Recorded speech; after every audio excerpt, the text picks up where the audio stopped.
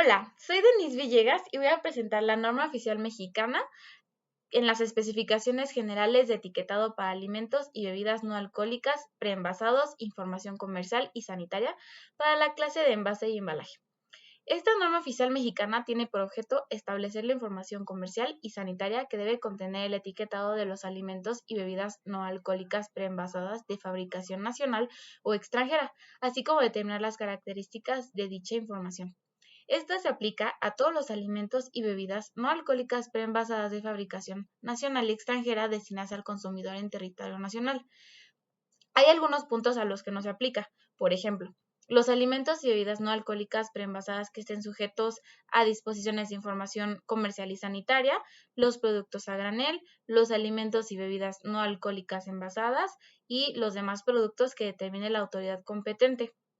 Las especificaciones son que tienen que tener requisitos generales del etiquetado, por ejemplo, la información contenida en las etiquetas de los alimentos y bebidas no alcohólicas debe ser veraz y describirse y presentarse de forma tal que no induzca a errores al consumidor con respecto a la naturaleza y características del producto. Los productos preenvasados deben presentarse con una etiqueta en la que se describa o se empleen palabras, ilustraciones u otras representaciones gráficas que se refieran al producto. Por ejemplo, en el caso de la miel Carlota, tenemos aquí como ilustración pues una miel. Aparte, bueno, también tienen que tener los alimentos y bebidas. No deberán describirse ni presentarse con una etiqueta en los que se utilicen palabras, textos, diálogos, ilustraciones, imágenes, denominaciones de origen o descripciones que se refieran o sugieran directa o indirectamente a cualquier otro producto con el que pueda confundirse o que pueda inducir al consumo a suponer que los alimentos se relacionan en forma alguna con aquel otro producto. A menos que se traten de especies y de hierbas aromáticas, los productos pequeños en la superficie más amplia, sea inferior a 10 centímetros cuadrados, podrán quedar exentos de los requisitos que son la lista de ingredientes e instrucciones de uso. Por ejemplo, también con el mismo ejemplo de la miel, pues aquí no tenemos una lista de ingredientes debido a que básicamente solo es miel de abeja. Ahora también si nos referimos a los nombres o denominaciones del alimento o la bebida, eh, tenemos que tener siempre el nombre o la denominación del producto. Aparte, tiene que tener la razón social y qué es el producto. Otro muy importante es la lista de ingredientes, como por ejemplo en el aceite. Aquí tenemos todo lo que contiene el producto. Bueno, en la etiqueta de los productos cuya comercialización se haga en forma individual, debe figurar una lista de ingredientes, que es lo que mencionaba, la cual puede eximirse cuando se trate de productos de un solo ingrediente, como les mencionaba igual la miel, y la lista de ingredientes debe ir encabezada o precedida por el término de ingredientes. Los ingredientes del alimento o bebida deben enumerarse por orden cuantitativo. Se debe declarar un ingrediente compuesto cuando constituya más del 5% del alimento o bebida no alcohólica y debe ir acompañado en una lista de paréntesis de sus ingredientes constitutivos por orden cuantitativo decreciente. Como por ejemplo aquí en la salsa Maggi vemos que el ingrediente que más tiene es la salsa de soya y sulfitos. También debe indicar en la lista de ingredientes el agua añadida por orden de predominio, excepto cuando ésta forme parte de un ingrediente compuesto y declarado como tal en la lista y la que se utilice en los procesos de cocción y reconstitución. Cuando se trate de alimentos deshidratados o condensados destinados a ser reconstituidos, pueden numerarse sus ingredientes por orden cuantitativo decreciente en el producto reconstituido, como por ejemplo en la avena. Este es uno que tiene que ser reconstituido porque se le va a agregar leche, agua o pues básicamente esos dos. También esta norma nos menciona cómo debe llevar el nombre, denominación o razón social y domicilio fiscal. Para los alimentos y bebidas, debe indicarse en la etiqueta el nombre o denominación o razón social y domicilio fiscal del responsable del producto de manera enunciativa, más no limitativa. Tiene que llevar calle, número, código postal y entidad federativa en que se encuentre.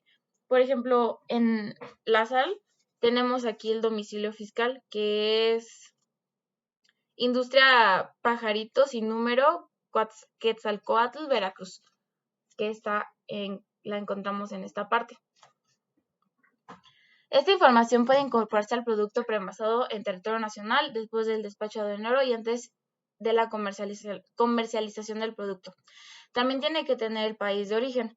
Los alimentos y bebidas de procedencia extranjera deben incorporar la leyenda que identifique el país de origen de los productos, por ejemplo, hecho en o fabricado en, u otras analogías que tienen que ver con el origen del producto, sujeta a los dispuestos en los tratados internacionales que aquí en México, de los que México se aparte. No, yo no tenía ningún producto extranjero, pero básicamente todos tienen aquí en México.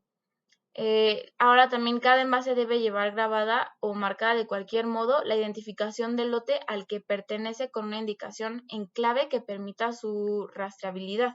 Por ejemplo, aquí en la miel, lo tenemos en esta parte, y básicamente todos los productos que son como enlatados lo tienen siempre en la tapadera. La identificación de este lote lo tiene que incorporar el fabricante en el producto preenvasado y debe marcarse de forma indeleble y permanente. Por lo general siempre son como una especie de sellos y no debe ser alterada o ocultada de ninguna manera hasta que sea adquirido por el consumidor. La clave del lote debe ser precedida por cualquiera de las siguientes indicaciones, que puede ser lote, lot, L, lote con mayúscula, lote con minúscula, LOT, nada más la L, LT o LOT en mayúscula. O bien incluir como una referencia al lugar en donde aparece. La fecha de caducidad o consumo de preferente o consumo preferente. Es muy importante diferenciar aquí básicamente lo que es una fecha de consumo preferente y una fecha de caducidad, o también una fecha de elaboración, como por ejemplo en el caso de la sal, tenemos la fecha de elaboración. Y en la salsa Maggi tenemos lo que es una fecha de caducidad, que sería el 31 de diciembre de 2023. Si no está determinada como de ninguna otra manera, la fecha de caducidad o la fecha de consumo preferente se deberá cumplir con lo siguiente, que es que el fabricante debe cumplir en el envase o etiqueta, la cual debe consistir por lo menos de el día y el mes para los productos de duración máxima de 3 meses, el mes y el año para productos de duración superior a 3 meses. Entonces, como en el caso de la Maggi, que aquí sí tenemos día, mes y año, porque la duración de este producto es mayor a 3 meses. La fecha debe estar precedida por una leyenda que especifique que dicha fecha se refiere a la fecha de caducidad o de consumo preferente. Como les mencionaba, es muy importante saber como la diferencia, si es una fecha de consumo preferente, fecha de elaboración o de caducidad.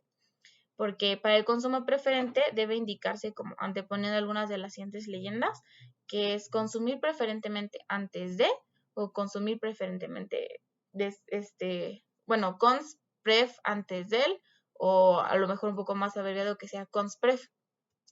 Y para las fechas de caducidad, literalmente va a decir fecha de caducidad o fechcad o cad, o fecha de expiración, expira, XP o alguna variación. Estas palabras, las palabras que describí anteriormente deben ir acompañadas de la fecha o una referencia al lugar donde aparece la fecha.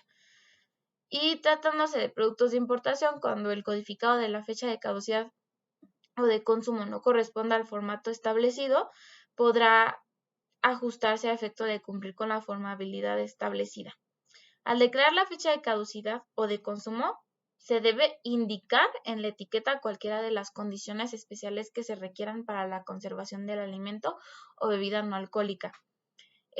Por ejemplo, se pueden incluir leyendas como manténgase en refrigeración, como lo podemos ver con las leches, o y más las que vienen en Tetra Pak, que dices manténgase en refrigeración después de haberlo abierto, o conserves en congelación, una vez descongelado no deberá volverse a congelar, una vez abierto, o conserves en refrigeración, u otras análogas. Entonces, la fecha de caducidad de consumo preferente que incorpora el fabricante en el producto preenvasados no puede ser alterada o en ningún caso y bajo ninguna circunstancia pues eliminado o ocultado, etcétera. No se requerirá la declaración de fecha de caducidad o consumo preferente para eh, algunos alimentos como el vinagre, la sal, el azúcar sólido, productos de confitería o goma de mascar. Como por ejemplo, aquí les enseñaba que en la sal tenemos fecha de elaboración, más no fecha de caducidad. Y básicamente es precisamente por esta norma. Y pues de esto nos habla en general la norma. Tenemos muchas otras especificaciones y acerca de todo el etiquetado, pero estas son las que me parecieron como más interesantes. Eso es